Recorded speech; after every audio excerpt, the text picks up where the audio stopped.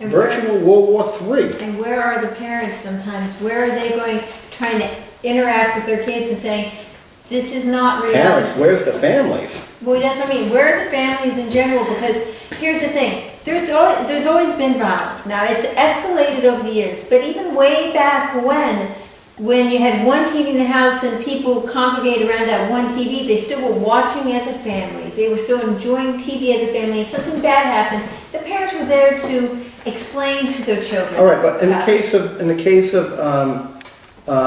this Adam Lanz's mom, name escapes me, but regardless, well-to-do, divorced. I saw a report where the older brother said, I haven't spoken to my brother in 2 years. I don't know, it's the first I know of any of this. Those are the red flags. This kid, homeschooled, a problem kid acting out in school, not necessarily outwardly, but internally. That video game kind of thing is like an escape. It's almost like a world of, and people say, I talked to my son about this. He's now 19. He grew up with all these video games. And I bought him a lot of these, not really understanding what they were. They had these little caricature things on the front, oh, this is stupid, this is just animation. What I did was I went on YouTube and I found a montage of the 50 most violent video games. When people see this, and they open this video package they have, they're going to be, it's one of these things you have to look at. And the thing is, if you can't look at it, you can't be disturbed. Imagine your kid looking at these things for hours.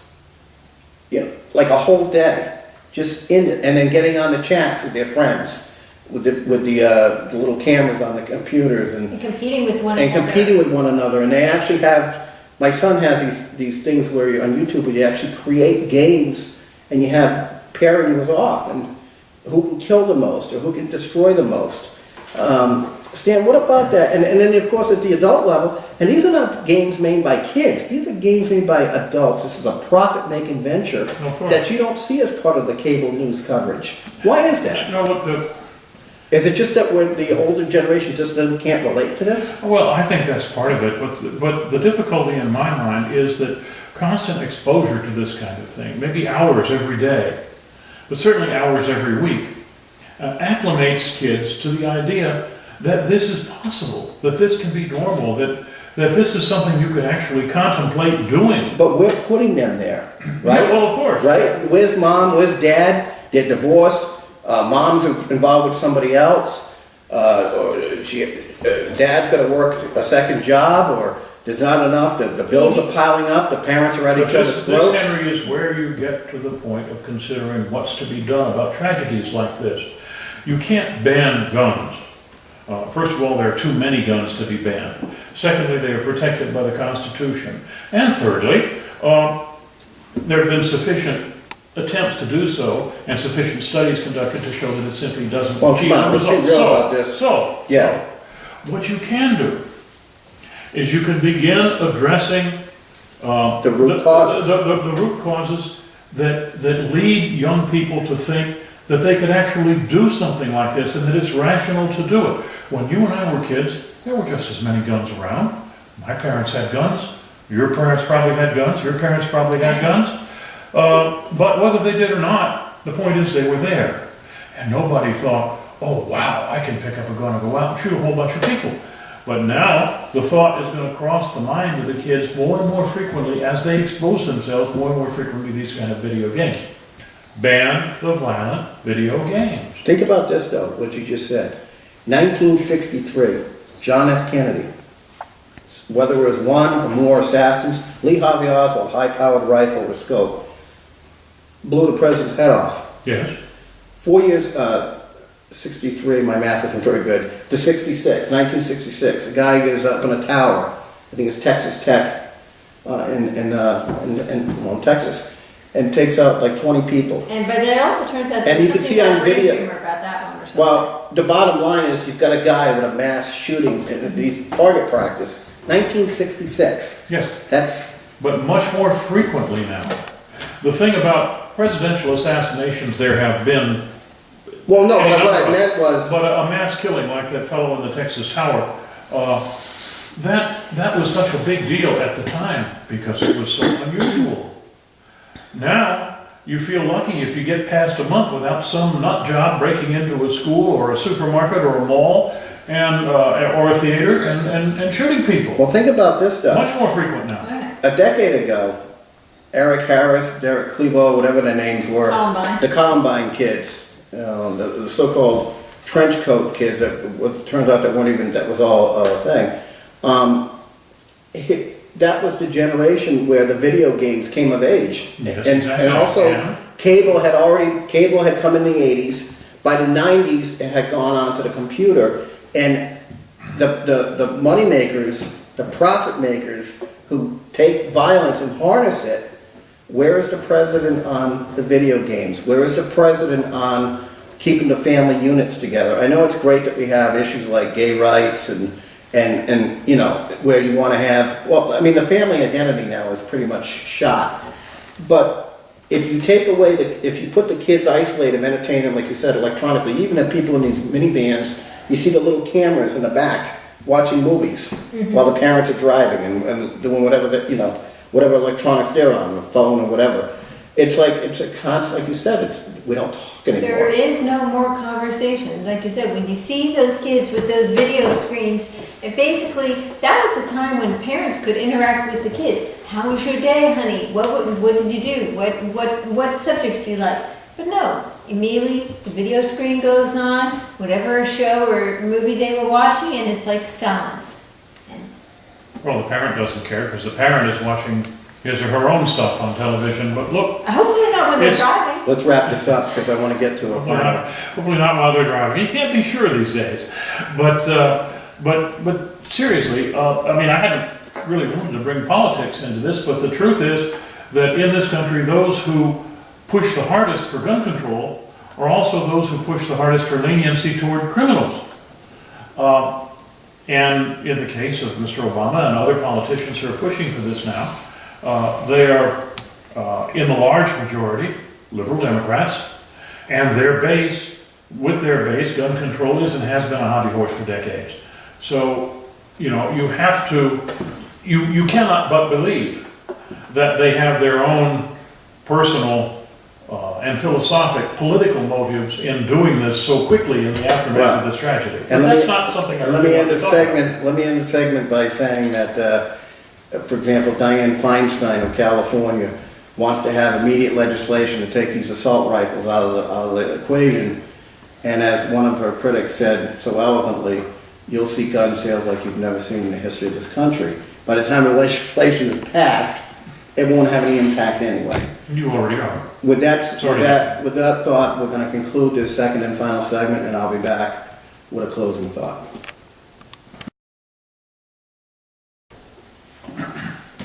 As we close this roundtable devoted to the massacre in Newtown, Connecticut, where 27 people in total died because of a 20-year-old. I wanted to talk about, first I want to say thank you to the community bloggers.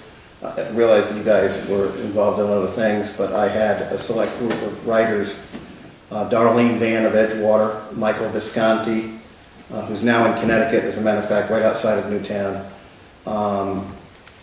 and Jeanette DeCara of Edgewater, a mom who has teenage girls.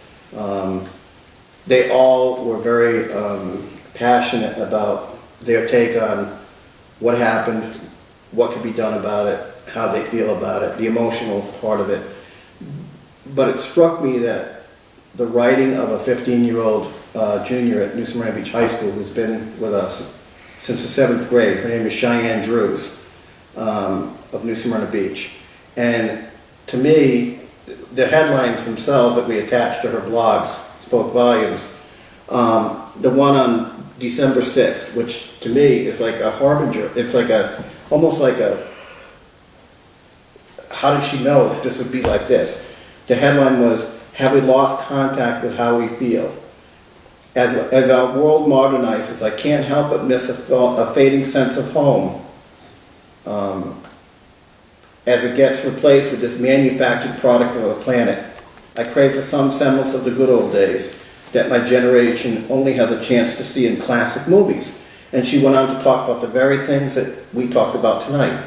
TV as a babysitter, video games, as a way to just keep the kids occupied, where mommy and daddy, if they're even together, are miserable in their own lives and, paying the bills or out trying to outdo someone else at work.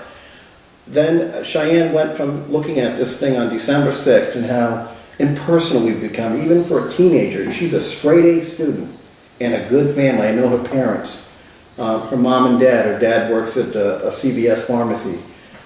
It runs a CVS as a manager. She comes from a good home, yet she knows so many children who are troubled.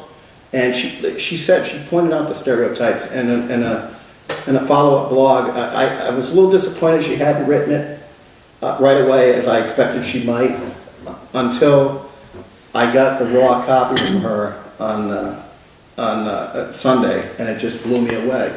And the headline that's attached to it is, "Why can't the shooter himself and his psychological problems take the blame alone?" Why do we have to put guns, medicine, why can't the individual be the root cause in cases like this? Not every kid that watches violent video games is going to go out and, first of all, how's he going to get the Bushmaster rifle? Is going to go out and kill people like this. There is evil.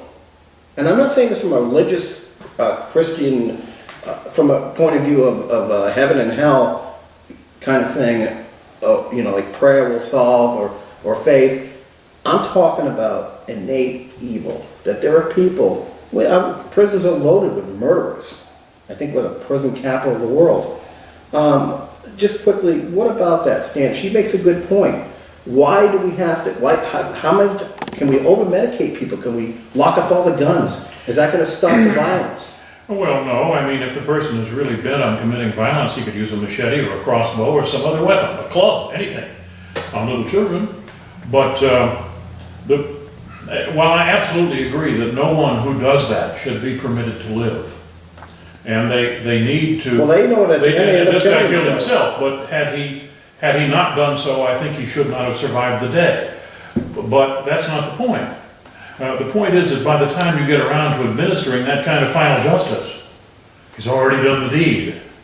And we have to talk not only about an individual taking responsibility for what he or she does and being punished for it, we also have to talk about how to keep them from doing it in the first place. Because after all, it's the children who suffered in this case.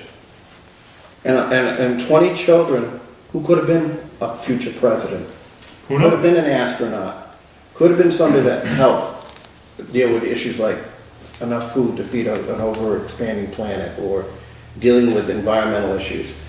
What about the issue of the person, him or herself? You can blame your parents, you can blame society, you can blame poverty, you can blame the lack of, the unfairness from schools or court systems. But what about the individual's innate decision-making? The problem is society has given so much entitlement. Oh, it's never your fault. It's never you don't, no, it's not your fault. I'm sorry, but people have to start taking personal responsibility. And when situations happen like this, you can't start blaming groups. You need to look at that individual did wrong, that individual messed up.